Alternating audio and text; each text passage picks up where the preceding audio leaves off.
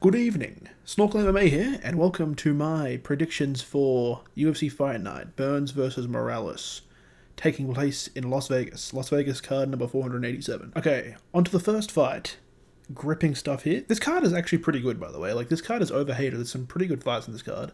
The prelims is a bit weak, but, like, the prelim headliner to main is actually really good. So, yeah, the first fight, Luana Pinheiro versus Tecia Pennington. I'm going to go Tecia Pennington here. She's like the heavy favorite. I feel like Pennington only really loses to like high-level competition. And when she loses, she loses to this like split decision, especially recently. Like recent losses, Mackenzie Dern, Tabitha Ricci, both two pretty good, like not like elite, but two like really on the brink of being elite. Whereas Pinheiro has lost to really low competition recently, like Angela Hill, Amanda Ribas, yikes. So I'm going to go Pennington by decision. Okay, moving on to the second fight. Hyunsung Park versus Carlos Hernandez. I'm going to be going Hyunsung Park. I think Park has more momentum coming into this fight. He's undefeated, whereas Hernandez has lost 3 out of his last 5. I think Park has more KO threat on the feet, and, he has strong, grappling. He has a lot of submission wins, and he looks pretty solid from what I've seen. And yeah, I feel like that's kind of going to mitigate Hernandez's biggest threat. Like, he's pretty much a submission one trick, and, Park seems pretty clean. He seems way cleaner on the feet. So yeah, I think Park's going to probably KO him round 2, I'd say. Yes, I'm going to be just going through these fights pretty quick. Like, the prelims are going to be pretty rough, fuck. And they're starting really early here in Sydney. It's starting at like fucking 6 a.m. So I'm going to have to go back and watch these fights after I watch the main card. It's going to be rough, bro. Not even live. But, I watch every UFC fight, so I'm going to have to fucking do it. I'm addicted. So yeah, anyway, moving on to Elise Reed versus Denise Gomes. I'm going to be going Gomes. She's the minus 500 favorite, another heavy favorite. Yeah, like, I don't know. Reed's actually not... It's actually kind of unjust for her this to be minus 500 on Gomez's side. Like, Reed has only really lost a pretty good competition. And Gomes also lost to Angela Hill, so it's not like she's, like, stomping the lower tier competition, which, Elise Reed is. But yeah, I feel like Gomes definitely has the power advantage, and also she looks a little bit more technical. So I do think she's going to win, but minus 500 is a bit too much, I feel like. And down to another WMA. At least we got some baddies here. It is kind of sad that they put, like, 2 Brazilian baddies against each other. Like, the 2 fine shits of the division against each other. It's kind of fucked up. I'm going to be going Luana Santos, Luana Santos got that dog in her. If you know, you know. Yeah, this is a close fight. Very close fight. It's, like, near even. I think Luana Santos is, like, the minus 130. I do think Luana Santos is a bit more of a threat on the ground. I feel like she's more dangerous on the ground, and she'll be able to use the submissions to get advantages. Like, if she gets Lisboa on her back, then I feel like she's going to be able to like threaten submissions, and she's not going to be able to get up without risking something. Whereas if Luana Santos gets taken down, she can throw shit up, throw triangles up, use submissions to reverse position. And on the feet, it looks pretty even. So I feel like, Luana Santos is going to have the advantage on the ground a little bit, and then it's just dead even on the feet. So I feel like, a little bit of an edge towards Santos. Moving down to Conor Matthews versus Yadier Del Valle. Del Valle's coming in as the minus 420 heavy favorite. Yeah, I'm going to be going Del Valle. I think this is kind of fair. This seems like kind of a layup for Del Valle. Like, he's coming off a pretty good Contender Series fight. Pretty good bout against, like, a good regional guy. And Conor Matthews is he's pretty shit. And also he's on a bit of a KO loss streak lately. Like, he got KO'd twice, once in the first round. Like, I don't think... Del Valle is not even that much of a KO artist. Like, he has more decisions than KOs, but I feel like, this is just kind of a layup to get, to get a clip. This is kind of like a clip farming moment, so they can put it on Twitter like, oh, look at all these finishes on this Fight Night card. Yeah, I feel like, this is a setup for Matthews to get chinned. Okay, moving down to Jared Gordon versus Thiago Moises, or Thiago. This is actually a really good fight. Like, I feel like there's a few good fights on this card, and this is one of them. This is a minus 110 near even. I think this is going to be a very good fight. Moises is 6 years younger and has a 2.5-inch reach advantage. Gordon's got done dirty, bro. I feel like he should be on like a 5-fight win streak. I think he beat Paddy Pimblett. I'm not saying he outskilled Paddy Pimblett. I think Paddy Pimblett got injured, and that's why he lost. But I do think Gordon won that shit. The King Green fight was bullshit. I think Jared Gordon was just getting an advantage, and then that headbutt was BS. I feel like if Bobby's not piecing you up on the feet round 1, then he's gonna lose. Like, he has to be aura farming to win. And then I think Gordon beat Hasbro. Like, he's got robbed like crazy. He should be on like a 5-fight win streak. Having said that, I do think Moises is an extremely bad matchup for Jared Gordon. Jared Gordon is just like he's like a jack of all trades, I feel like. I feel like he's good everywhere, but he doesn't really shine in one place. Whereas Moises does shine in one place, and that's leg kicks and submissions. He shines in 2 places, but, you know.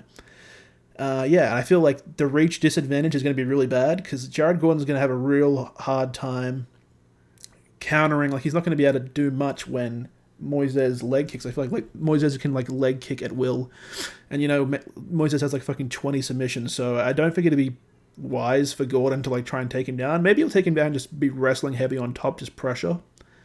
I could see that. That's like the only way I can see Gordon winning. If like he starts catching the leg kicks and taking him down, I don't think he's going to be able to counter off just because of the reach disadvantage.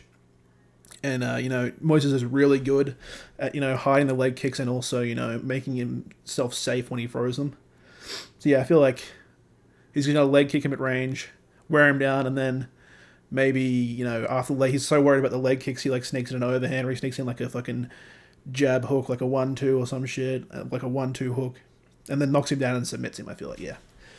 Knocks him down, doesn't submit him, but I feel like he's going to knock him down and then be on top of him, threatening submissions. So yeah, I feel like Moises has just so many ways to win, and I think Gordon's a bit cooked here. So yeah, I'm going to go Moises by decision. Moving down to Matheus Camilo versus Gabe Green. This is Camilo's UFC debut. Gabe Green hasn't fought in 2 years, and he's coming off of 2 losses back-to-back. Very good competition he lost to, well, not very good, but Ian Gary very good, and then he also lost to Brian Battle. Like, I fuck with Brian Battle. I'm still a fan of Brian Battle even after the incident, you know, the Rude Boy incident. Like, that was kind of fucked, but Battle, you know, he did what he had to do to win, I guess. I don't know. I still fuck with Brian Battle. But yeah, I'm going to go the underdog Gabe Green here. I feel like Green's like the underdog here just because he's lost twice in a row, even though it was to pretty good guys. And I feel like, you know, the 2 years off might have been a good thing. He took 2 losses. He regrouped for 2 years. You know, I'm sure he put in a lot of work to get better and, like, refocus. Plus, I don't like picking guys that are UFC debuting. Like, even if they're undefeated and they're mogging the people in the regional scene, like, I just don't like it. I feel like you can't know how good someone is until they fight in the UFC. So I'm gonna go Green by KO round 1. Moving down, I feel like people are saying this is a good fight, but I think this fight's gonna be pretty bad, bro. Yeah. So Julian Erosa versus Milky Costa. Costa's 7 years younger, Erosa's 35. I'm going to pick Costa. I feel like Erosa's strongest asset is his ground game, honestly. Like, he's pretty alright on the feet. He has a lot of KOs, but he's pretty sloppy, bro, honestly. I feel like on the ground, he is legit dangerous. I feel like he's actually pretty good on the ground, especially submission-wise. Like, he's actually a big threat there, but I feel like he's a bit slow on the feet, especially nowadays. I think that Melquizael Costa's just going to keep this on the feet. He's going to, you know, maybe first round, like, leg kick, push him back, clinch him against the fence, hold him against the fence for 2 minutes or so, just kneeing him to the body and, like, the knee, and just wear him down, you know, just have a really, like, oppressive round 1 where he's just doing all the sneaky tricks. Just Mario Bautista in round 1. And then I feel like in round 2, like, you know, he'll be opening up a bit more on the feet, like leg kicking, getting some 1-2s out there, like, I don't know, body kicks, teeps. And then you just wear him down and just, like, win all 3 rounds decisively by keeping it on the feet and just being faster and just, you know, not getting into a scrap, just playing it safe. Yeah, I feel like it's going to be a pretty boring fight. I think he might open up, like, especially, like, late round 2, early round 3, like, round 3. I think he'll open up more, but I feel like his game plan early is going to be, like, just to wear him out just by clinching him against the fence. Like, Costa's last fight, he did that. Like, it was just like a fence battle, and he won it. Like, I feel like he's pretty good against the fence, and he's going to use that, and I think that's a good game plan. I think he's going to do that. So I'm going to go Costa by decision. Okay, moving down. This is another instance of them just setting up a fucking clip, setting up a highlight. Nursulton Ruziboev versus Dustin Stoltzfus. Yeah, Stoltzfus got KO'd in round 1 twice in his last 4 fights, and Ruziboev's like a KO round 1 guy. So yeah, this is a clear setup for Ruziboev to KO this guy round 1. It's gonna happen.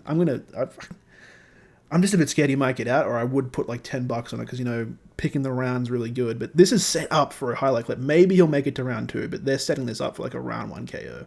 And then we've got Sodiq Yusuff versus Mairon Santos. So Mairon Santos coming in as a -140 favorite, so pretty close. I do think this is a really close fight. I think people are sleeping on Yusuff because he's taken some losses lately, but he's lost to the fucking tippity top Allen, Barboza, Lopez. Like, that's like, there's no shame in losing to those 3 guys. But, having said that, if you look at his record, he hasn't really beaten anyone good either. Like, the people that Mairon Santos and Sodiq Yusuff's wins are of the same caliber, but Sodiq Yusuff went up and just failed going up. Whereas Santos, he has similar level wins, and he hasn't shown that he can't go up. So, like, we don't know that Mairon Santos won't get murked, but we know Yusuff probably will unless he vastly improves. So yeah, I feel like I'm going to pick Santos just because, you know, he's like, I feel like he has more momentum, and also he seems way faster on the feet. Yusuff seems a little bit stronger, especially like I could see him getting Santos down and controlling him all 3 rounds, or 2 out of the 3 rounds. But Santos looks like he has pretty good anti-grappling, like pretty good takedown defense from what I've seen of him, and I watched the whole Ultimate Fighter. Like, I think Santos is pretty solid. I think Sodiq Yusuff is also very solid as well, though. But yeah, I think the momentum and also Santos being a bit quicker is going to give him the win here. But I think it's going to be close as fuck, probably like a split to 2. Okay, moving down to the co-main, Paul Craig versus Rodolfo Bellato. Bellato coming as the -500 favorite. Bellato is 8 years younger than Paul Craig. Paul Craig's 37. Yeah, fuck. I'm going to go Bellato. I don't even really rate Bellato that highly. I feel like he's kind of like a bit sluggish on the feet.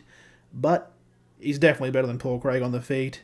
And I feel like Paul Craig just shows... I don't think he shows any...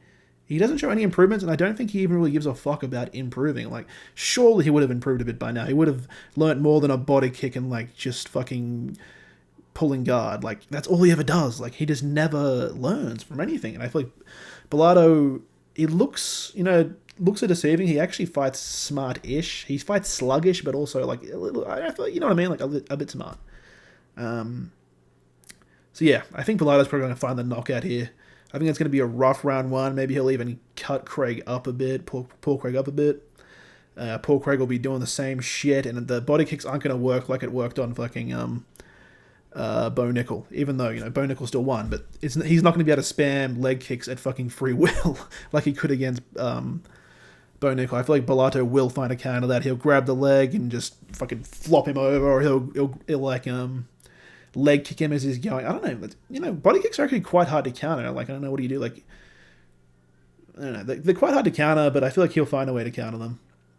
And yeah, I feel like he's going to find the KO like late round 2 or round 3. And Craig might get cut after this.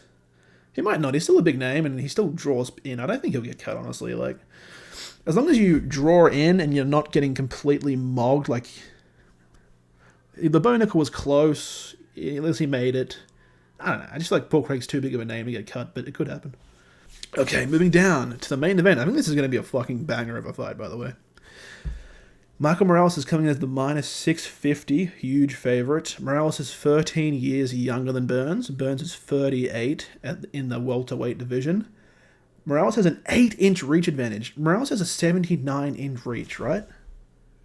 That's what it says in Topology anyway. I don't know if it says here because I have it really small so I can see the audacity. But yeah, that's crazy. I looked up Burns' opponent. Was like, oh, does he always just get outreached? But no, like, he has way longer reach than JDM, Brady. Like, I don't know. I didn't look up Ian Gary's, but he has long as fuck reach. Burns coming off of 3 losses. Yeah, they really threw Burns in deep here. They couldn't give my boy like a layup. Like, I don't know. Let's give my boy a win. Like, feed him Neil Magny, bro. Do something. Did he already beat Neil Magny? I can't remember. Okay, so all of those stats are heavily heavily hinting towards Morales winning, right? Fuck that shit, bro. I'm going Burns, motherfucker. Burns is winning this shit. Okay, hear me out. I wanted to pick Burns, and I was trying to find a way to cope to do so, and I think I actually might have just talked myself into it, because at first I was like, Morales is going to fucking kill Burns. But, think about it. This is Morales' toughest fight by far. He hasn't fought anyone near the caliber of Burns. Morales took Max Griffin and Jake Matthews to decision, so it's not like he's running through people, you know. It's not like Burns has to be worried about, getting sparked or just getting ran through. Yeah, Morales hasn't fought anyone near the grappling ability of Burns, especially the submission threat. I think Burns will be able to push Morales back, get him against the fence, clinch him, take him down with a leg trip, or just bring him down slowly. I don't think he'll wrestle. I don't think he'll shoot a double leg or a single leg at range and just blast him. I feel like he's gonna get him against the fence, trip him, just bring him down with a fucking hands around the waist, just slowly bring him down, grind him down. It's gonna be a grindy fight in the first 2 rounds. Maybe Burns will be eating some shots before he can get him against the fence. I could see Burns taking some damage and maybe even dropping the first round. And then I think he's going to wear him down. Even though he's a lot older, 13 years old, I feel like, he just has so much more experience. I don't even know if Morales has not had many 5-round fights, I guarantee. Maybe he's had one, because I think he did win a regional title. But Gilbert Burns is consistently doing 5-round fights. His cardio is insane. He's used to it. He's used to pushing the pace. I feel like he's going to make it a really grindy fight the first 3 rounds. I think he might drop 2 out of the first 3, but then he'll win rounds 4 and 5. And yeah, I just think he's going to grind him out and just use his veteranship and just not going to be a fraud check, because I just feel like this is a big step up from Morales, and people are acting like it's the same thing every fucking time. It's the same thing with BSD and Poirier and other examples probably, where the guy hasn't beat anyone good, and then people just ride the hype wave too much and they don't realize how big it is to step up in competition to someone like the level of Burns. I just think Burns is going to do it. I might have just talked myself into coping it into existence, but fuck it, bro. I think Burns can do it. I think he's going to just outgrind him and just use his fight IQ, his veteranship, his 5-round experience. Just grind him down, bro.